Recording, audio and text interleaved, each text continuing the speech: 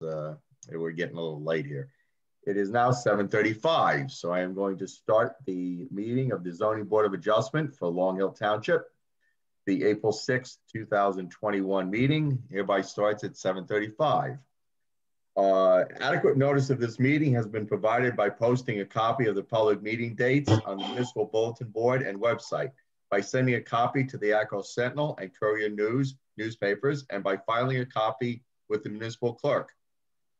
Standard board procedures. Any hearing conducted by the board is a quasi-judicial proceeding. Any questions or comments must be limited to issues that are relevant to what the board may legally consider in reaching a decision, and decorum appropriate to a judicial hearing must be maintained at all times.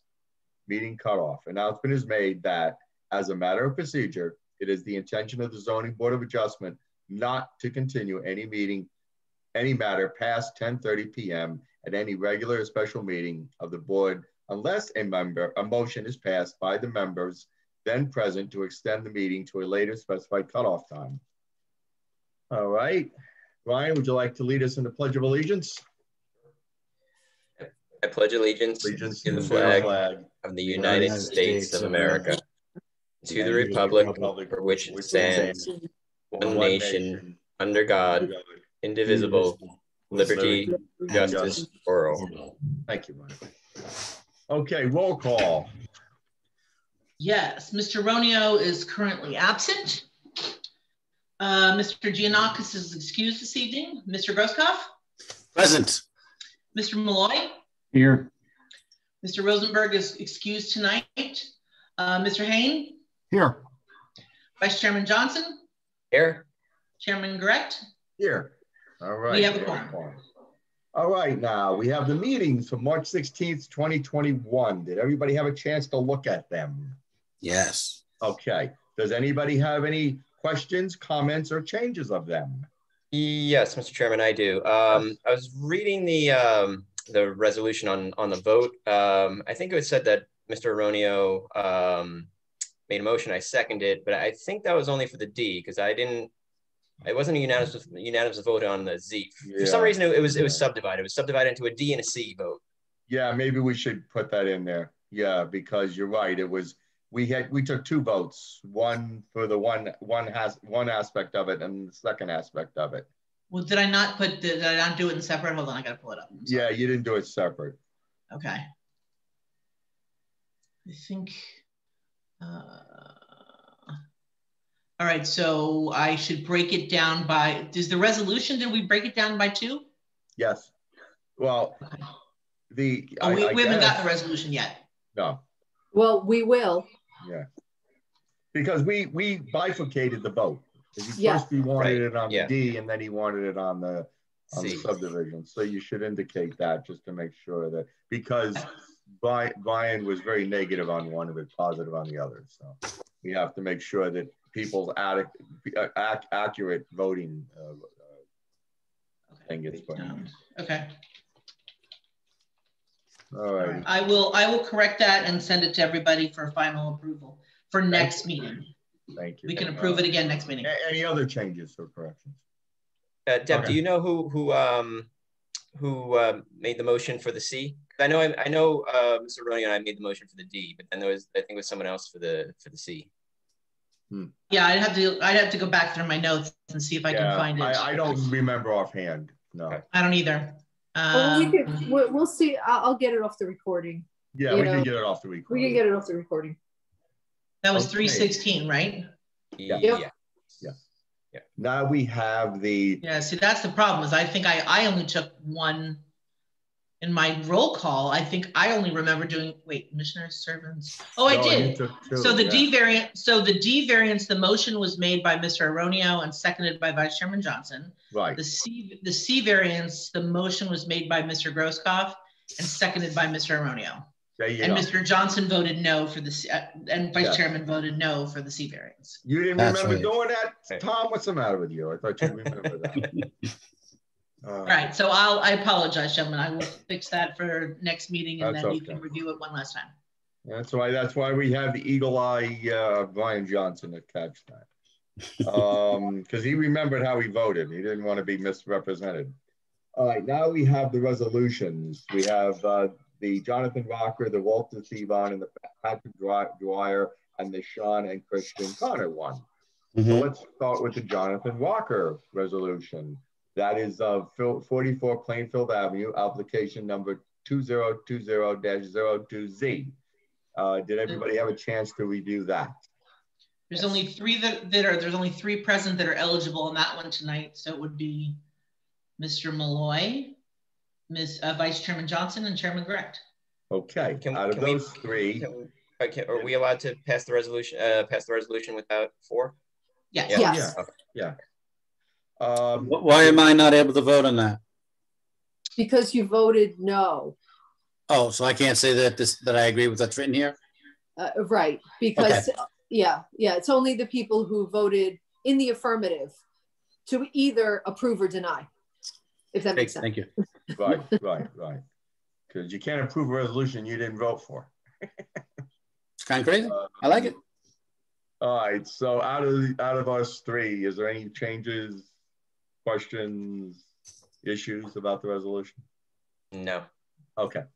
I have one request from the applicant. I got an email from the applicant's attorney, and on page 12 in condition 1C, where it says the applicant shall limit the proposed commercial uses on the first floor of the proposed building to low intensity uses to the satisfaction of the board.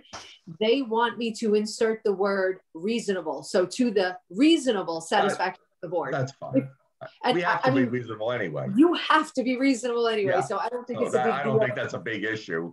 And we've never been known to be unreasonable. That's right. That's right. And I also found an incorrect citation in one of, oh my gosh, where is it? There's an incorrect number in a citation to the Medici case. So I'm just going to fix that. Yeah, that's a technical issue. It's a typo. So I'm going to fix that. Okay. Yeah. With that understanding and the issue and the putting the word reasonable satisfaction of the board, do I hear a motion from one of us to approve the Jonathan Rocker resolution? So moved. And so moved with the amendments mentioned. Yes. Okay, thank you. All right. So that was Mr. Malloy with the motion and Vice Chairman Johnson with the second? Second. Yes. Okay. So Mr. Malloy? Yes. Vice Chairman Johnson? Yes. And Chairman Correct? Yes. Okay, so the next one is the Walter Thevon one, and that was 68 Central Avenue, block 13001, lot 3, application number 2020-08Z. That was heard on February 16th and passed on February 16th.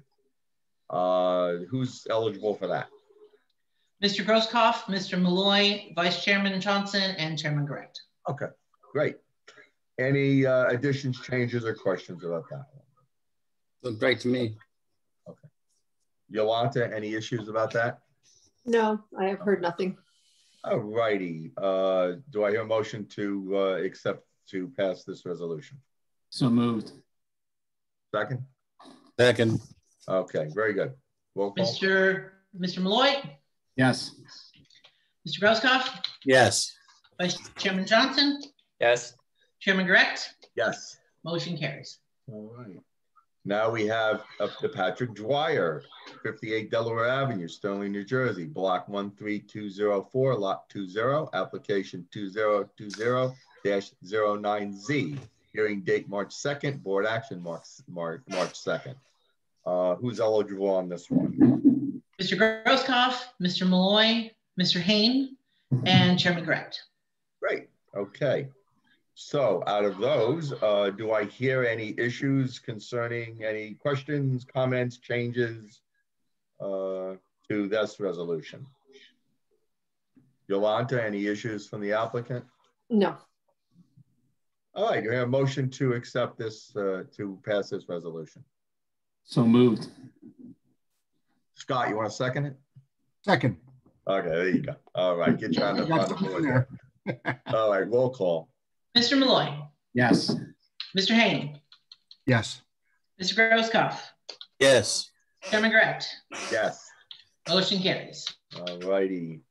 Now we have the Sean and Kristen Connor 44 Magna Drive, Gillette, New Jersey, block 13801, lot 69, application number 2020-12Z. Hearing date March 2nd, board action March 2nd. Who's eligible on this? Same people? Yep, Mr. Grosskopf, Mr. Malloy, Mr. Hain, and Chairman Correct. Terrific. All righty. Any issues, changes, questions, comments about this resolution? Mr. Chairman, I'm not eligible, but I think the first paragraph, if I think it's calling the address as 4 Magna Drive. I think it's supposed to be 44. Okay, yes, you're right. That's a typo. Okay, so we can change that, Deborah. Yes, I will do that. Okay.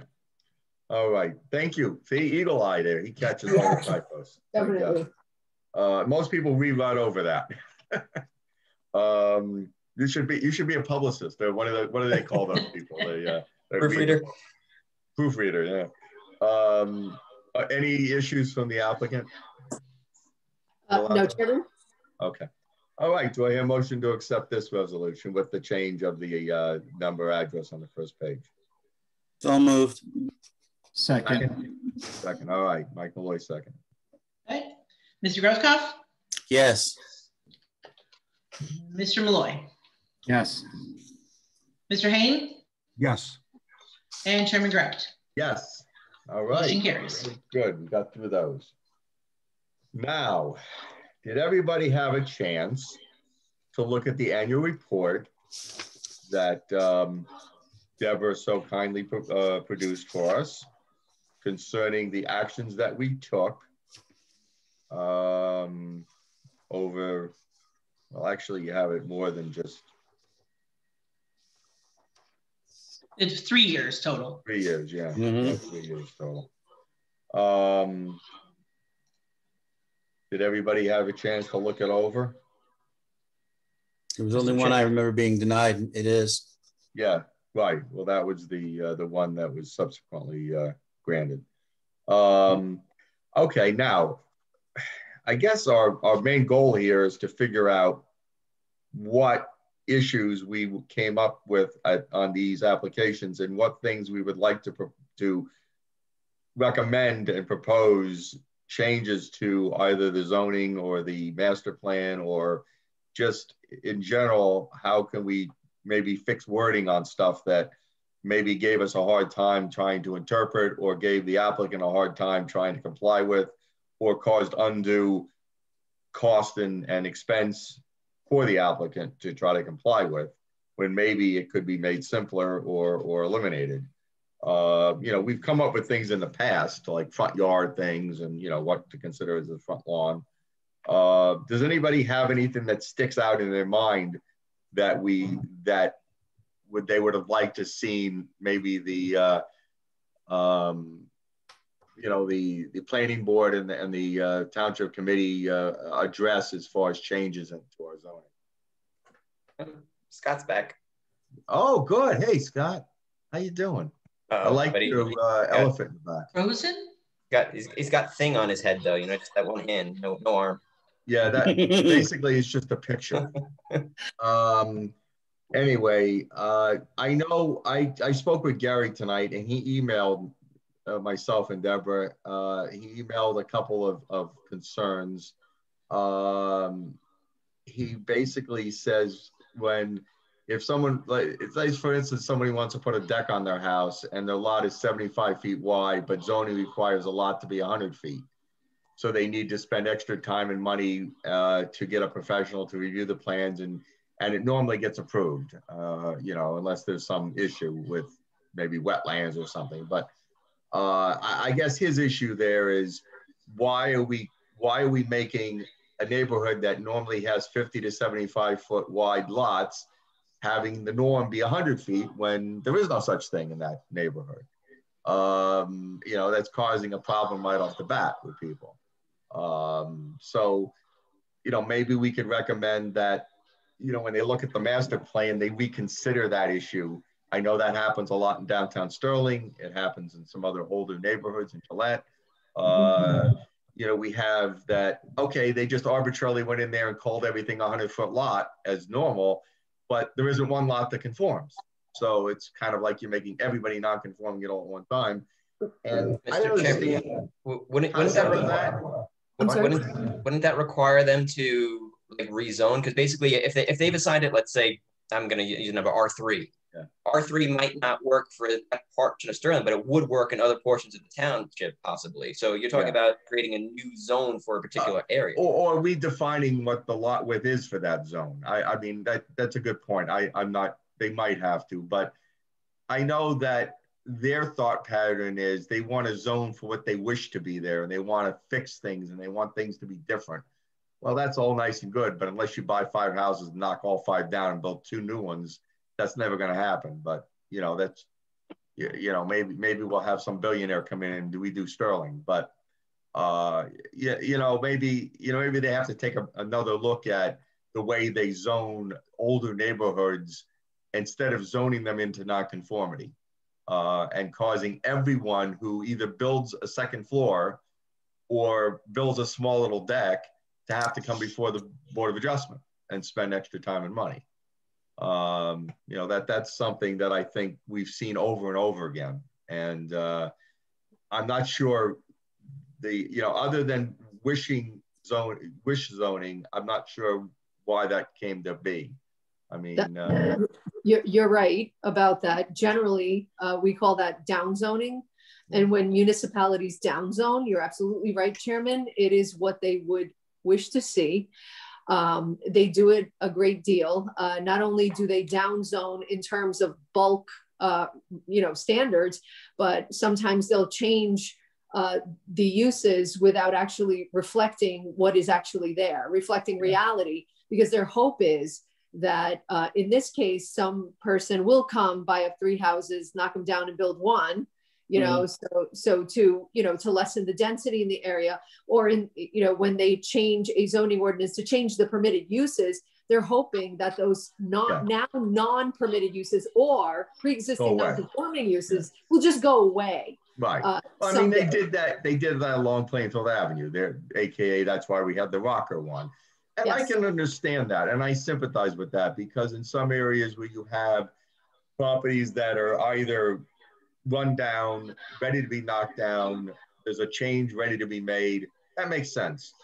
But I think in our case, when you have an established downtown Sterling with houses that are there since the 30s and 40s, it has less of a chance of happening. I mean, right. And the board, I mean, the board sees this all the time. You're in the perfect position to make that recommendation, because, you know, maybe years ago when they re-examined the master plan and enacted that ordinance, maybe the trend was toward larger lots and McMansions. Now, because what you're seeing is young people buying these houses and coming to you for variances, for expansions, that people are more interested in staying in communities like that with smaller lots and smaller homes. So your recommendation to the planning board and the governing body can be, you know, we are observing a trend where nobody's buying these lots up and consolidating them. People are actually moving in, living there, and improving them. Therefore, you guys should consider what you're going to do with the master plan and what you're going to do with that ordinance, and change it so it reflects reality. Or at least, and Mr. Giannakis made this point in his email, fix how you grandfather these things, because we, you know, the way we've described this in the past is the reason why many of these people can't really comply with all of those factors in our grandfathering ordinance, because it's almost like the Chinese menu. If you pick from here, then you got to pick from here, but you can't pick from here. Otherwise, you know, that's not how it goes. So it's difficult. And because they can't comply with the grandfathering, they can't get a zoning permit. So they end up before you. Yeah, they can't get a building permit. You're right. Well, they can't get a zoning permit to get a building permit in the first place. But they, you know, and unfortunately, like you said, a lot of people now are looking for smaller lots. They don't want to maintain a lot. They don't want to have to pay to cut the grass. They don't want to, they want a low maintenance yard, but they want a house that's modernized and a little bigger. So they built the second floor on, they put a little out the back. and they turn around and going, okay, now I've got to go before the Board of Adjustment because I've gone over my lot coverage, I've gone over my setbacks, all this stuff that they've done. So yeah, maybe we want to word something to them and say, take another look at the older neighborhoods, especially downtown Sterling, especially in areas that are older, that the trend now is not to knock the houses down, is to buy the houses and fix them up, to try to make it easier for people to do that and not have to spend a lot of money to come before us lovely people and constantly get zoning ordinances. That's right. And what we're not seeing, because we haven't seen a great number or any density or FAR variances. So it doesn't look like people are building to cover the entire property the way they are in other towns. Yeah. All they're doing is trying to build sometimes within the same building envelope and they're just being reasonable. Yeah. They're building up. They're just going, they're popping out something, popping a roof off. They're making a dormer. Right. They're putting a little deck out the back. They're making the house more livable. Yes, but they're not adding, they're not adding so much square footage that it kicks them up to D variances, so that the board can find that further supports what you're seeing, that trend, that people are interested in smaller homes. Sure. And just modernizing them, making them more useful. But, and that he also mentioned another thing about the wording of the setback. Something about I'm not sure exactly, he didn't find the language, but maybe you can find it, Yolanta. He says, they caused the application 20-012, the 96 Magnolia Drive, to seek a variance for adding to their home outside the setback area because some of the structure was too close to the side yard setback. Yes. I think he meant that the wording for that issue was a little convoluted. Yes, no, that's what I was referring to before when you called it the Chinese menu. That's the grandfathering ordinance that we have. I'm calling it grandfathering. That's not what we call it in the ordinance, but that's essentially what it does. And the way that it's written precludes a lot of people from being able to take advantage of it, unfortunately. Yeah. So that needs to be rewritten. That needs to be more clear, or some of the these older sections need to be looked at again, and the ordinances that apply to them need to be reviewed and maybe amended to reflect reality. Yeah, because most of the time we're seeing that people can't buy additional property. They can't expand their property. They have nowhere else to go, and they're stuck with the lot they have. So, and Mr. Chairman, if you remember that one application that we had, I think it was in Sterling, where I was confused on what exactly this board was supposed to be doing, because everything that they wanted to build was theoretically conforming with the ordinances. Like, just the issue was the existing building did not. And so they were in front of us to get variances for an existing condition so they could build something conforming. Right. Well, they were basically expanding a non-conforming use because the original building was not conforming, right? Right, but the expansion was conforming. That's what I was so confused about. Like, they were actually okay. Yeah. Which one? Do you remember which one that was, Yolanta? Was that Hickory Tavern Road? Yeah, I think that was the Magnolia Drive application. I think it was, because it was a builder that was building it. Yeah. And the issue, I mean, we have a lot of issues with the ordinance. The Ordinance Review Committee has delved into this. Last year, we really didn't do much because of COVID. We couldn't get together. But the year before, I mean, we did a huge kind of omnibus ordinance that corrected a lot of the procedural aspects. So now, I mean, this is getting into the use and bulk aspects, but we do have a lot of work to do. That's true. And this is one of the reasons, because people who you would think wouldn't need to come before you, because of the way the ordinance is written, because of the way the grandfathering section is written, that it requires them to comply with every single one of those. Instead of just one or two of them, they have to comply with every single condition in there in order to be able to get a zoning permit. And chances are they're going to not be able to comply with at least one, and then two of them seem to contradict each other. So it's very difficult to apply. And it's also precedential because the the professionals in the past sent everybody to the zoning board and would call out those two conditions. So we can't now tell people that, well, those 10 people that went to the zoning board because, some other professional told them to go to the zoning board. Now you don't have to go because we decided. Same ordinance, nothing changed, but you don't have to go.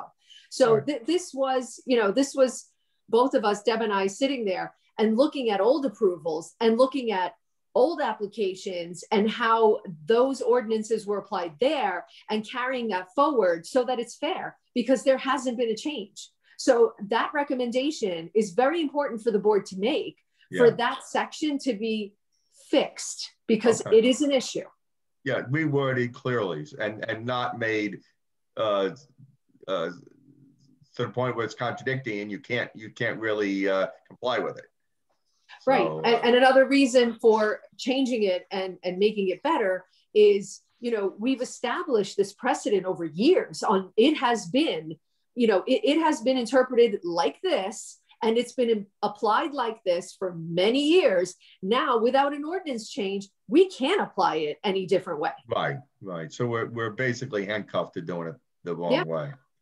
But that's the problem when you get, when bad wording gets promulgated and we keep having to follow it, and people are like, their heads spinning because they go, well, I can't comply with that, and if I do, then I violate this one, or Well, and we have seen this happening also when this ordinance is just it's been interwoven, and there are so many moving parts all at once that I have seen, and Deb has pulled past recommendations that the board has made, and sometimes they recommend a very specific change in the ordinance, and I recommend against doing that, because when you touch one thing, something else over there moves. So we have to so make your recommendations general. Make them well, that's what I want to do, a general rewording of it. Yeah, you can be specific without actually rewording those sections, and we'll work on it. The planning board and the ordinance review committee will work on it, and we'll make sure that your recommendations are implemented, but we have to look at the entire thing. Because, I was just looking for something in the ordinance today, and Deb asked me to look at something, and I looked in one spot and realized that we should have fixed that spot when we did the original procedural ordinance, because there's so many things there's so many cross references. So Yolanda, the bottom line is, what we mean by that, right? So you can write it up for us, and yes, I know exactly what you need, and we can convey that to the planning board, and they can get to work on that. Terrific, because and that's also something that they need to consider, because they're in the middle of master plan, and that because you just heard all about it from your last applicant. Yeah, that I think that would help the township residents have a better understanding of what they need to do, and maybe avoid having to come see us, and maybe they just got to go to the planning board. Maybe they don't even need either board, they just need a construction permit. So I think that we don't want to give up our right to look at property and to make sure nothing is inflicting issues on other pieces of property. But when it comes to things that we know aren't going to affect other property, and we know can be done safely, but because of the ordinance wording, they have to come before us, and we spend an hour and a half doing it, and they have to spend all that money to have us do that, which is ridiculous. Sure. I mean, we've cut a lot of that out as it is, because, as you know, Deb will often give Rich the night off, when we do these kind of things, and Liz will be the only one looking at it, and Liz has been directed to look quick, so that no, because it's a simple bulk variance. There's no reason to sit there for hours and hours. Right, but the applicant still has to spend some money. He still has to come up with plans. There's an application fee, there's an escrow, absolutely. Right, he still may have to pay his attorney. He still may want a planner. So these people still spend money, and it's a shame to have them spend all that money and spend the time before us when may not be necessary. Is there any other one of over the years here? I guess we got 3 years we're looking at here. I'd like to speak to something about what Yolanda was just talking about, the last application where they kept reaching to the draft of elements for the master plan. Yeah. And I don't know, I don't think this falls to the planning board, it kind of falls to us. I tried to say it a few times that it's a draft. It's not an ordinance. It's a draft. It hasn't been reviewed. It hasn't been agreed upon. It's a wish. It's a thought about what might come one day. It might be enacted or it might not. It might change. Right. But the attorney was like banging the desk about, well, it's going to happen. So, well, no, not necessarily. It's just a draft. Yeah, it may be looked at later and saying, well, we don't like that. We're going to change it.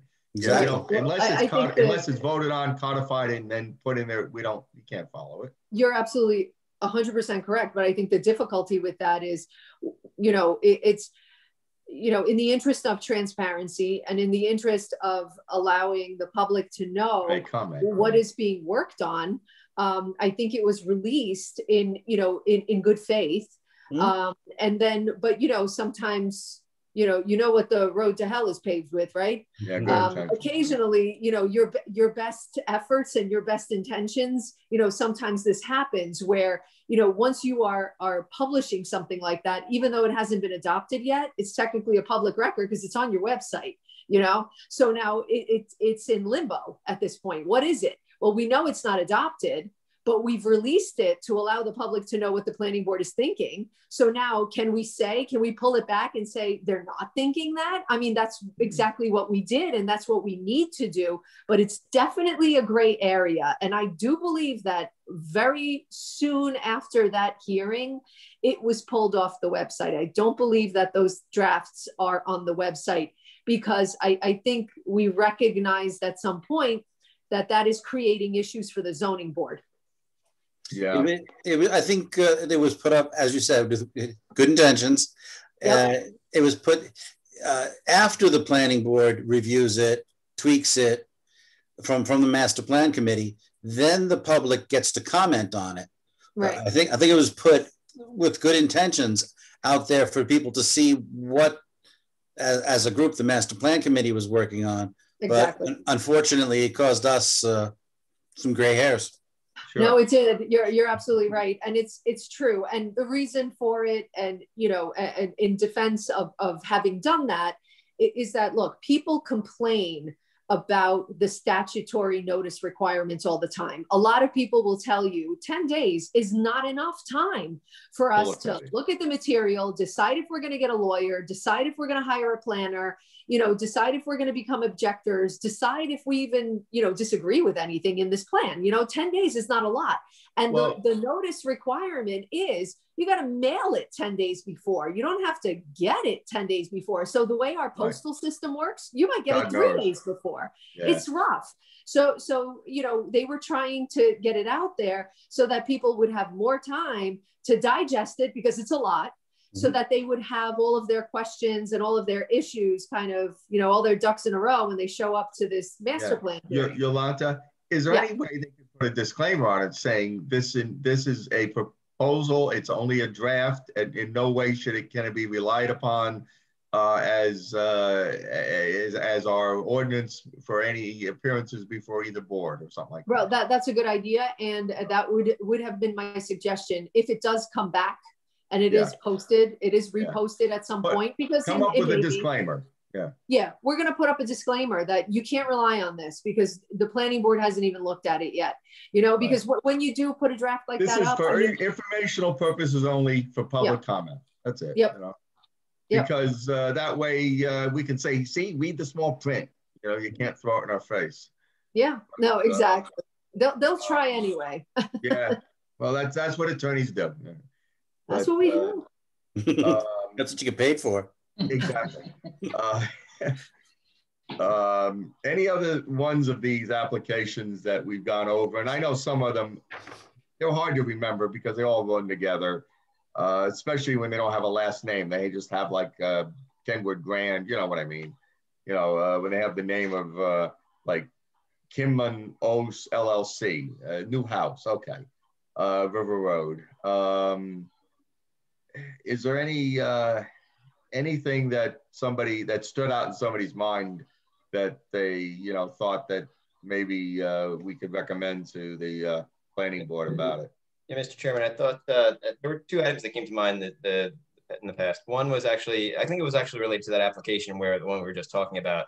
But in regard to the porch enclosure, because apparently there's some sort of ordinance that allows the zoning officer, and I think Dennis had spoken to it, that it was supposed to be like a small little porch you could kind of enclose and make like a weatherproof enclosure and didn't have to come to the board. But in this particular house, it was the whole length of the house, and they basically put a whole addition on the front of the house without in the front yard setback without coming to us. Right. And so I think that needs to be. Do you remember? It was the same one where everything else was conforming and you, like the existing condition. I think that was the Kenwood Grand Magnolia one. Yeah, I think so. It was? Mm-hmm. Really? I didn't remember a porch on the yeah, I remember getting into the discussion about the front yard. Yeah, because it wasn't part of their application because the zoning officer already approved it. Oh, yeah. That was that. Okay, sorry. I'm confusing that one with the other one. Okay. All right. That's a little bit of confusion too, because if the zoning officer approved something, but it really shouldn't have been because of, you know, it was too big. It went beyond the scope of the meaning of the ordinance. But I guess I think that needs to be clarified then, that there should be some, because basically what they did is they put an addition on the front of the house in the front yard setback, and it was just as of right. They called it a porch. Yeah. Well, maybe that can be looked into, as we can ask them to reconsider that wording or make it a little bit more clear. And then I think the other one, I think came up once, the definition of what a story is or a half story, especially as it relates to a walkout basement. Yeah. Yes. Yeah. That's, you know, we've been really wrestling with that issue because you know, used to be it took you averaged out, you know, now you take it from the lowest point and, you know, the height of the building, and you take the you know, what is the story. I don't, as Yolanda, do you see any issues with clarity of the ordinances in that issue, or just maybe you know, anything that you thought may need to be either tweaked or reworded? Yeah, I think we can do better with the definitions, you know, because it is a little bit unclear. And I know that the planner has referenced that in the engineer, and they sort of kind of understand it because they know how it's been applied in the past and they've looked at that. But, you know, it wouldn't hurt to define that a little bit better. Yeah. And I think there needs to be some sort of cross-reference to the building code, because the building code defines story a particular way. Our ordinance necessarily doesn't do the same thing.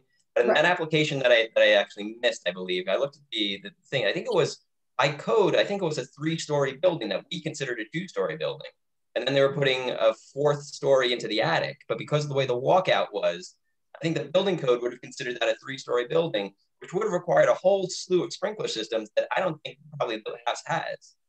I think I don't know if it was the building code or the zoning code where it said it's the walkout only counts if it's less than 30%, then it doesn't count. I think, and then you take the average of the rest. Yeah. You know, I'm not sure. I don't remember which one, but I agree with you. I know that was actually for 44 Magnet, because that was the Magnet drive. It looked like from the back of the house was a 4th story, because they dormered essentially out the back side of the roof. Yeah, and they had that walkout basement. Right. And Rich could speak to that better, because when that came to me in the fall as a zoning application, where they thought that they weren't going to need to go to the board, and I had Rich and Liz look at it and say, I'm not really sure, because the architect couldn't prove that X amount of the basement level was essentially covered enough, you know, so that it wouldn't equal the 3rd story. So that's ultimately why they came in the calculation. But Rich could speak to that better than I could. And I think you're right, Brian. I think that definitely needs to be something that's looked at in the ordinance, because I don't think they should have come to us. Well, you know something, You're right. It may not have needed to come to us because that was the only issue. But unless the wording gets fixed, unless it gets clarified, they're better off coming to us and not having somebody challenge it because they didn't get it. But oh, absolutely, it's unclear. And that's exactly right. Well, and you know, and the role of the zoning officer too is when, you know, if I'm questioning something that my interpretation, you know, I'm not really clear on, and the board professionals either agree with me or disagree with me, I'm sending it to the board, period. Right. If I have a question about interpretation. So, but in that particular case, I think that, and Yolanta, correct me if I'm wrong, I think there are many, I don't know many other municipalities that use a 2.5 story, you know, as a guideline. 35 feet. It's feet. Yeah. It's feet. I've never seen, in researching other municipalities, I've never seen a specification. Correct.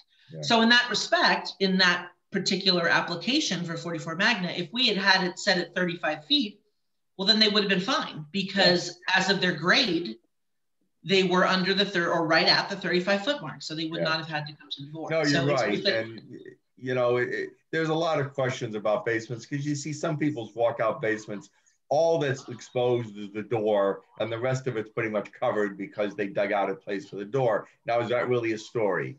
Does the whole back have to qualify? Does the whole thing have to be exposed?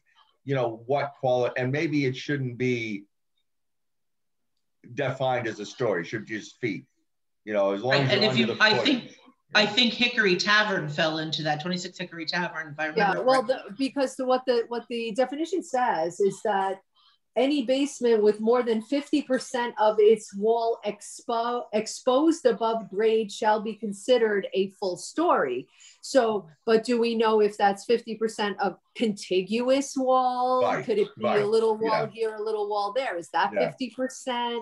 I mean, and you know, what do you mean above grade? Where are we grading? Because what if, do you know what I mean? Like this leaves a little, you know, this leaves much to be desired. Fine. Yeah, it is very confusing because most basements that I've seen that are on a slope, the front and the sides are usually covered. It's the back that isn't covered. Right. And the back, the one side isn't 50%. But yet I've seen people say that's a story. Well, how could it be a story when it's not, when the side and the front of the basement is covered and you only have the back uncovered?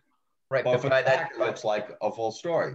Right, but to Yolanda's point, the way we have it defined, it says 50%, but it doesn't say 50% in total. Someone could interpret that to say 50% of a wall. Well, here's a wall, it's 100% exposed, you're a story. Yeah, right. Yeah, because you know, 3 sides is 3/4 of the foundation. If only the back, it's only 1/4, but the back might be long. Obviously, is longer than the sides. So you have a long, thin building. Maybe the back does equal 50 feet. Maybe it doesn't. Yeah, I don't know. And then we have to, you know, just to add to the confusion, we have a couple of new ordinances for the new affordable housing development areas, for the new zones, which talk about 2.5 stories or 35 feet. So are you allowed to have 3 stories as long as it's under 35 feet? I mean, that's the question. It's confusing. Why do they word it that way? I don't know. All I could tell you is over at the planning board, we're having a blast. Let me tell you. Oh, I can imagine. It's either use feet, and I don't like the word stories because that word is open to interpretation because the height of the ceiling made a difference on the Magna Drive one. Why should that make a difference? It should be just, you keep it under a certain footage. I don't care if you cram 5 stories in there if you're midgets. You know? Basically, what difference does it make, you know? I mean, and we do have the definition of a half story, which talks about midgets. It talks about 7.5 feet. Right. You know, unless you got a professional basketball player living there, most people are going to be fine with that. But the point is, so you have it's considered a half story if you have 7.5 feet or less. Right. So you can't even have 8-foot ceilings there. So 7.5 feet that's kind of low. Yeah, no, it's low, but most people aren't going to bang their head on it. But it seems kind of silly to do that when you could just say 32 feet, 35 feet, whatever the footage is, you build the house to that level. Whatever you put from that point down is your business. You know, we don't care if it's 8-foot ceilings, 9-foot ceilings. You just don't go above that footage. That's all. I mean, and to Brian's point too on the 44 Magnet, listen, if the UCC code requires more extensive fire code because it's an additional story, or in the construction world, it's considered a 4th story. In our world, in zoning, it's still considered, 35 feet. So it meets the code. But, obviously there's rules that they have to be followed once it gets to construction. And the fire code is right. That's not in our jurisdiction. That was my point. If our ordinance is going to make reference to stories as opposed to feet, I think that definition of story should be tied to the building code, because right now there's a discrepancy, I believe, between what the building code calls a story and what we're calling a story. Yeah. Yeah. And that's going to cause confusion. There's no unnecessarily. Yeah. Right. Excuse me, Ed? Yes. Okay, I work for CertaPro Painters, and how we define exteriors, I know I'm still frozen.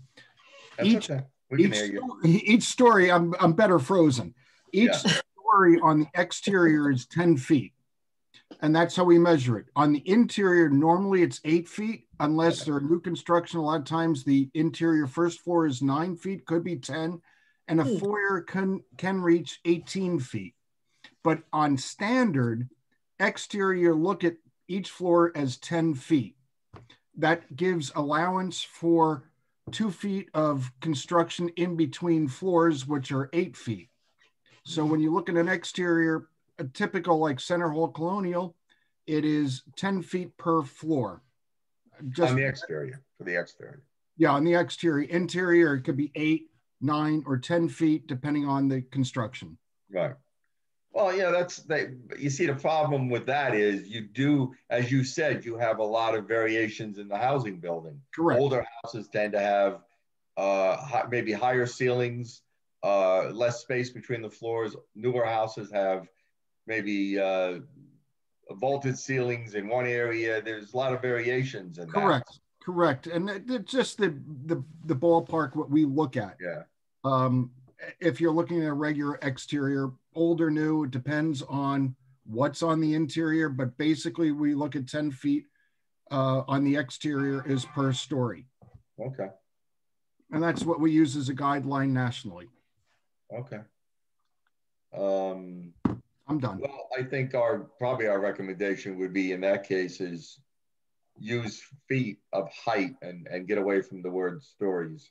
And, that way we don't have a confusion as to 35 feet being you're able to put, 4 stories in there, 5 stories in there, 3.5 stories, 2.5 or whatever. I mean, just stick with feet, the height of a building. And because, if you're looking at fire suppression or fire safety or firefighting, we're not concerned with what's stuffed in between. It's just how high you can get to fight the fire, how high the roof is. I think that we've got to clarify that, and not use so many definitions. Does anyone know why that was enacted the way it was? What was the justification? What was the reason for doing that, for being concerned with that? The amount of stories?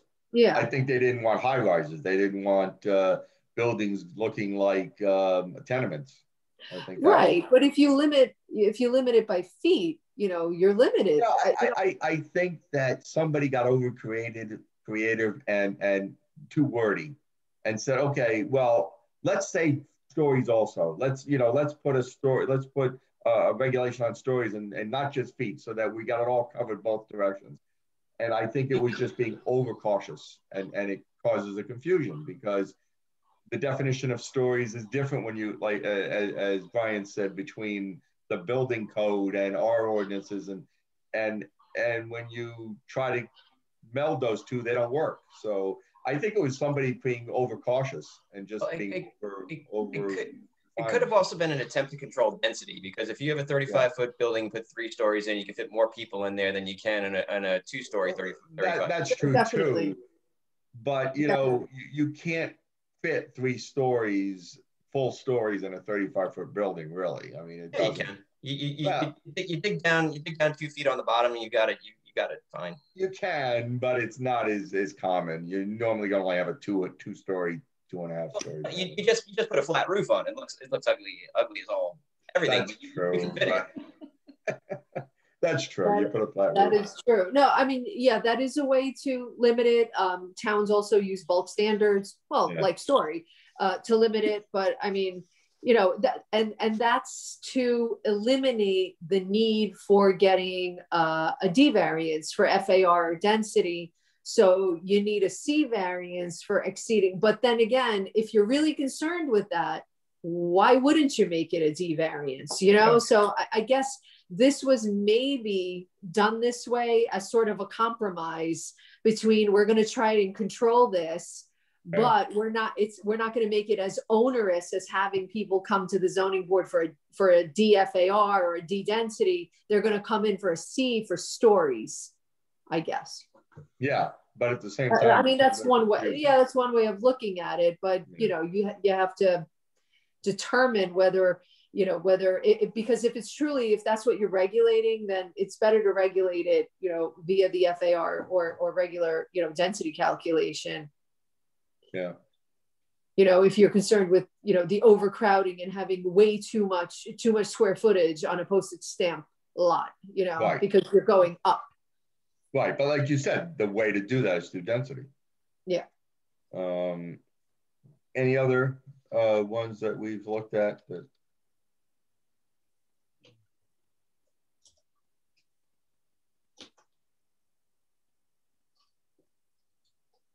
Not that I can recall.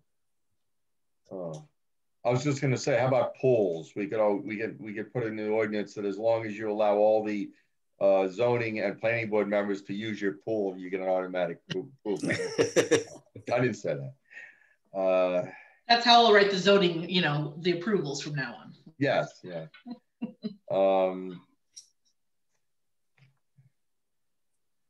I can't think of anything else at this point. I mean, I don't want to hit them with a barrage of stuff that's, you know, petty, but I just want to hit, I think we've hit upon the major points. Yolanta, I think you know what our motives are here, or what concerns are. If you could write that up, and you know, we can look at it next time, because that was going to be the plan. So Liz and Rich will watch the video from tonight, and Yolanta and I can have conversations with them. Yeah. And then for the meeting on the 20th, we have to do the Plainfield, not Plainfield, the T-Mobile. Wait, which resolution are we doing? We're up to missionary servants, Trinity. Thank you. House. Yes. Missionary Fist, Trinity House. Yes. So we have to do that resolution, and then we should have a draft of the annual report, so that we can approve it. And then we don't have any other applications. You know what? Unfortunately, because I was on vacation, and then both board professionals were on vacation. Oh. Reports, it's not where I'm not going to be able to get somebody on for the 20th. They don't have enough time to do their reports. So I'll be back to. We'll be back to applicants on the 6th of May, I think it is. May. All right. Who would be on May? You know. So on May we have. I'm looking at two. I think it's the 4th of May. The 4th is the Tuesday. 4th of May. Right? Yeah. Yeah. Yes, it's the 4th.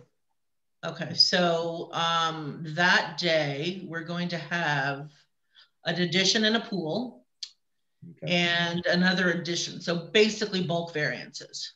Okay. All right. Yeah. Because then we've got, I might be able to get a third on there. I'll have to see.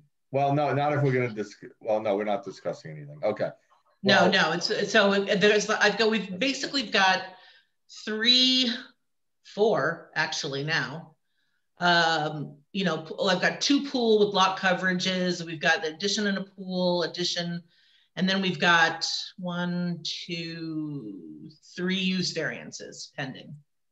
Okay. Yeah. Don't put the use variances. No. Use variances get their own meeting. So if the professionals can get 3 ready for us on that first meeting in May, then we'll aim for that. If not, I'm up for it. I mean, if we could pump out 3, I mean. Well, and quite frankly, most of these switches, I would never give the board anything that I wasn't confident you can handle in one night, meaning if they're existing non-conforming conditions, they don't have an attorney, maybe they have an engineer, or so I know that there won't be an exorbitant amount of testimony, right? Yeah.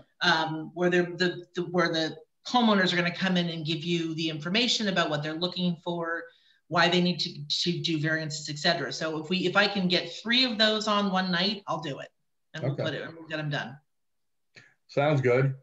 But use variances, no, use variances get their own. yeah. They're a whole animal. Whole different ball game. Yep. Yeah. All right.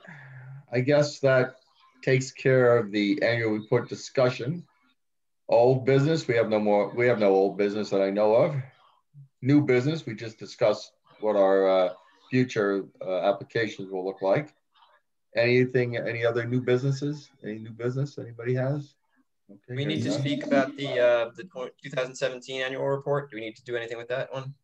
No, I simply gave that to you as a reference point. As those just references. Right, so because that was voted on and approved by, given to the planning board in 2018. So that was the last point of reference that we actually did, which is why I wanted you all to see it, just to see, what was recommended in the last go round. Yeah. Do we have any public? We do. We have Mr. Sandow, Chairman Sandow, and Mr. Fred Rossi on the watching diligently. Well, does either one of them have any comments to make? Gentlemen, the chairman's opening it up for comments if you'd like to make. Mr. Sandow. Good evening, Mr. Sandow. I think he's on Dennis. Mute. Yeah, you're on mute, Dennis.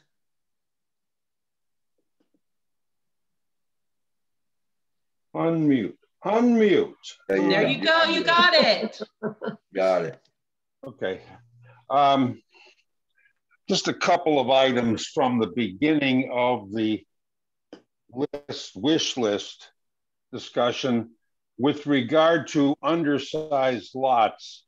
The 2016 version of the master plan land use element did consider neighborhoods where all the lots were undersized, and the proposal in that land use element is that about a dozen entire neighborhoods would be rezoned, downzoned, ranging from neighborhoods of about 10 lots up to over 100 lots on the west side of Maine in Sterling. And the grand total is about 600 lots that we are proposing, that the 2016 Master Plan Committee proposed in the land use element for downzoning. I believe that after 4+ years, that language is still in the element, waiting to be adopted, and that will cure many of the problems, not all. And the reason for that is in 2016, we looked at neighborhoods where downzoning would make over 60% of the lots in the area conforming. Okay. Typically, none were conforming now because all the lots were undersized, as Giannakis pointed out. But if we could get a neighborhood where 60% would be conforming by a downzone, then we added that in. So that problem is about as cured as it's ever going to be, although I would encourage you to put it in your report anyway. Right, to goose it along, right. Goose it along, right. Because we're still going to need the Township Committee to adopt an ordinance after the master plan. So we've got to move it along. The other item has to do with the annoyance of draft elements on the website being cited in the zoning board. when I heard those hearings earlier this year, I panicked and exploded and drew upon my authority as chairman of the planning board to order all those drafts pulled down off the website. The master plan committee was dissolved by the township committee at the beginning of the year. So all the pages that refer to master plan committee, master plan resources, draft elements of the master plan, all gone. Some 20 or 30 pages were pulled down at my request. As the elements become ripe for hearing, which means that the planning board has heard them, commented, corrected them, and the planning board is satisfied that they're ready for hearing, then they will be put back up. Okay. And they will not be drafts, they will be ready for adoption and hearing. And that, I don't know when that will be. There are some 16 pieces to the master plan. But suffice to say, the drafts are gone, erring on the side of exposure and openness. We'll have to reconsider that because the official town website probably shouldn't have anything on it that's not an official document. Right. I say that speaking as a former town webmaster. Oh, thank you, Dennis. I appreciate the insight. With regard to the height, I can't tell you why it's 2.5 stories or 50% exposed. All I know is that as I drive along the street, I see the fronts of houses, and as I drive along Long Hill Road and look to the south, I can't know how many stories there are that I can't see in the back of those houses. Yeah, there's a steep drop off on most of those houses. Yeah, right. I would like to see it simplified, and I would like to see it more on the basis of the visual exposure rather than the mathematical exposure. That's my personal opinion. I'll have to get the planning board to consider that. Yeah. And we, the planning board, look forward to Yolanda's write-up. Thank you. Thank you. Thanks, Dennis. Thank you. Anyone else? Nope. Nope. Okay. Listening bystanders. All right. Well, that's great. I'm glad that we had, that was good insight, good input that Dennis had. I appreciate that. All right. I guess we're pretty much done. Do I have a motion to adjourn? So moved. Second? Second. All right. All in favor? Aye. Aye. All right, guys. Thank you. Thank you for all right, everybody. the discussion. Oh, and we have a new board member starting. Well, she'll be appointed on next week. Next week, great. So, give me all her contact information so I can call her and talk to her. I'll send it. Yeah. You know, ease her into it. It's harder now because you can't see him personally. I can't talk to him. You know. I know. Well, I thought, and we can, since we're off record, we can talk about it. It's fine. But I figured normally what I did with our new poor Scott got like, he hasn't even got jack from me since you started last year. I'm so sorry. But the new meetings and we went to COVID. Right, exactly. Went to COVID. So, but with the new member for the planning board this year, what we did, Yolanta and I and Liz did, is we kind of gave her a hello and a welcome, and she has some questions. So we'll do that with Scott. Yeah. Scott's welcome to join, and we'll do that with the new member. And so if the chairman and vice chairman would like to be a part of that call to say hello, we can set but that I also want to I want to talk to her also. Oh, of course. Well, I'll have to update the roster and do everything anyway. So. All right, great. I'll send it to you all. Yep. I'll try to unfreeze myself. Okay, as long as we can hear you, that's fine. Your face on this is good. You're having technical difficulties, I know. Well, I got to get back to my 15-year-old. Yes. Yeah. How much you pay your IT department? Lucky to be alive. Yeah. Okay. And we feed all right, guys. And we